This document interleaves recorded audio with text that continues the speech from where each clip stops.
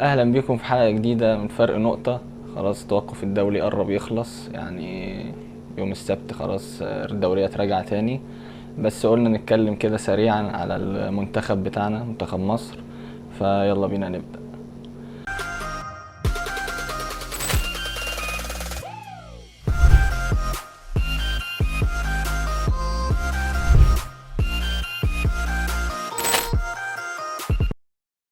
البداية مع المنتخب شفناه كسب أول ماتشاته في التصفيات، كاب فيردي وبتسوانا. كسبنا الماتشين من غير ما يخش فينا ولا جون، حرزنا 7 أهداف. بدأنا التشكيل كان إن حمدي فتحي بيلعب مدافع، دي كانت أول مرة نشوفها، بس حمدي فتحي كان كويس. رامي ربيعة والشناوي كانوا في الظهر، بعد كده محمد هاني ومحمد حمدي. قدامهم كان مروان عطية، تريزيجيه اللي شفناه مركز جديد جدا، اول مره نشوفها دي. بيبدا ياخد الكرة من تحت وبيطلع هو بيها بيبني الهجمه. مرموش ناحيه الشمال، ومصطفى وصلاح. شفنا بقى يعني تحولات كده في الملعب، واحنا معانا الكوره تريزيجيه هو اللي بيبدا الهجمه. بعد كده لو عايزين نعمل هجمه خطيره بتلاقي صلاح ضم في العمق، زيزو فتح على ناحيه اليمين وبيلعب عرضيات لمصطفى ومرموش. بصراحة دي يعني يمكن تريد مارك بتاعت حسام حسن، كذا مرة كان بيعمل حاجة زي كده، شفناه حتى مع المصري كان دايما بيعتمد اكتر على العرضيات والحاجات دي.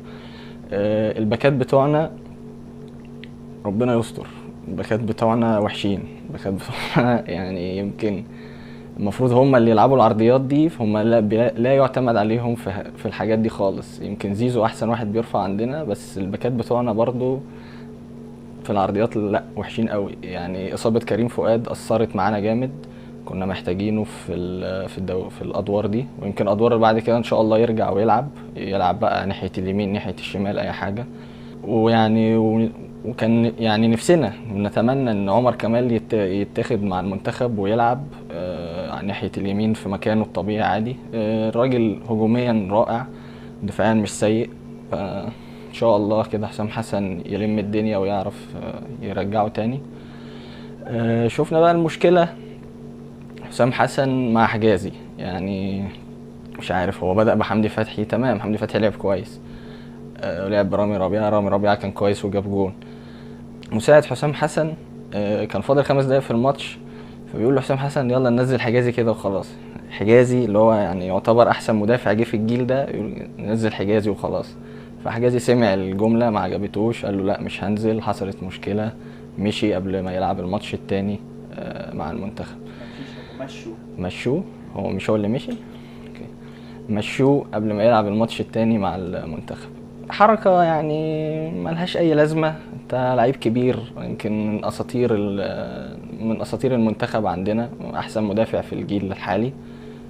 مشكلة ملهاش أي لازمة ولا ليها داعي، بس إن شاء الله تتحل ونشوف حجازي تاني بيلعب.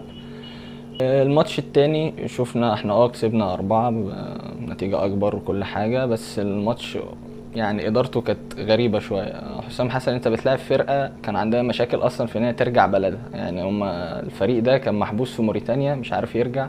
غيروا ميعاد الماتش من الساعة 9، من الساعة 4.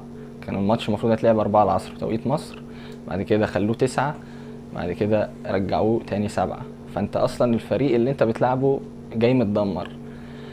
تغييراتك متأخرة جدا في ماتش خلصان من قبل ما الشوط التاني يبدأ. انت خلاص يعني جبت 2-0، جبت 3، طلع بقى اللعيبة.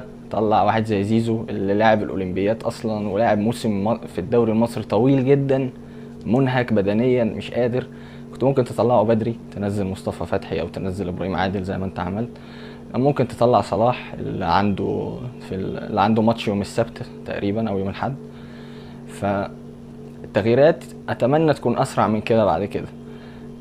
خط دفاعنا احنا طلعنا الماتشين محدش جاب فينا جول الحمد لله، بس ورا الشناوي يعني مش عارف، حاسه كده ما يطمنش. يعني يمكن لو كنا جربنا مصطفى شوبير في ماتش زي ده كان يبقى احسن. صلاح وصل مع المنتخب، لعب 100 مباراة 91 مساهمة، رقم فظيع، رقم كبير، رقم مش طبيعي. 91 مساهمة من غير ولا بطولة، حاجة يعني ما شفتش حظ كده في حياتي الصراحة. بس ان شاء الله البطولات الجاية تبقى لينا ان شاء الله. صلاح يعرف ياخد بطولة قبل الاعتزال زي ما عمنا ليو ميسي عمل كده. اللعيبة اللي يعني كانت خطيرة، اللعيبة اللي كانت شفتها صراحة كانت مبدعة في الماتشين دول. حمدي فتحي راجع مستواه، بيلعب بعقل كده، مفيش تهور زي ما كنا بنشوف قبل كده. مروان عطية الحلقة المفقودة من بعد النني وطارق حامد. ابراهيم عادل سوبر صب فظيع، بينزل يعني نزل الماتش بتسوانا ده، رقص تعالوا تك تك تك تك تك، لعيبه مصطفى فتحي جول. مصطفى فتحي نفسه اختيار كويس برضو. الدكة عندك بقت احسن شوية عن السنين اللي فاتت. رامي ربيعة برضو عمل اداء جيد، بس اتمنى يفضل بقى كده، ما يتصابش زي ما كل مرة بيعمل، يعني ربنا يسهل ونشوفه. بس ده كان كلامنا عن الماتشين. احنا ما كناش عن الفرق التانية برضو، يعني مش عايزين ننخدع. المنتخب لعب حلو، جبنا 7 جوان في ماتشين، ما دخلش فينا جوان، بس برضو ده الطبيعي. انت بتلاعب فرق على قدها برضو، فرقة كانت محبوسة، وفرقة تانية يعني ما فيهاش حتى نجوم يمكن. فده الطبيعي. لسه ما لعبناش فريق كبير، ولسه هنشوف برضو. عندنا منتخب المغرب جاي بفريق مرعب، الجزائر نفس الكلام، فلسه هنشوف المنتخب قدام هيعمل ايه.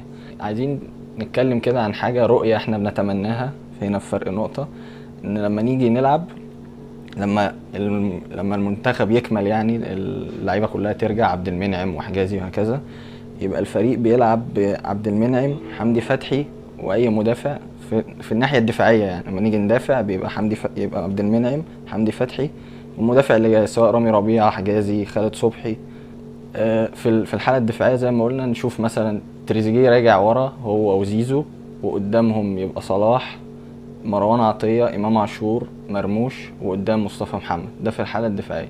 الحاله الهجوميه نبقى نلعب ب3 ورا، عبد المنعم، حمدي فتحي، واي مدافع زي ما قلنا، حجازي او رامي ربيعه او اي حد، مروان عطيه قدامهم، زيزو ناحيه اليمين، وامام عاشور لما يرجع، وقدامهم مرموش وصلاح على الطرف، ومصطفى محمد وتريزيجيه.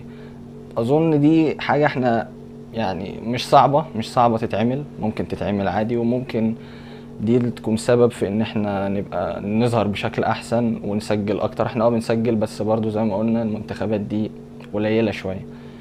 ممكن يعني ده تمني مننا كده ان شاء الله، يعني نشوف المنتخب في حلقة احسن، ومع الفرق الكبيرة نأدي ان شاء الله. دي كانت حلقة بسرعة كده عن المنتخب. لسه ان شاء الله في حلقات هتنزل عن الفانتسي، ولسه راجعين بقى لما الدوريات تبدأ. بس كده حلقتنا خلصت، واشوفكم الحلقات الجاية. مع السلامة.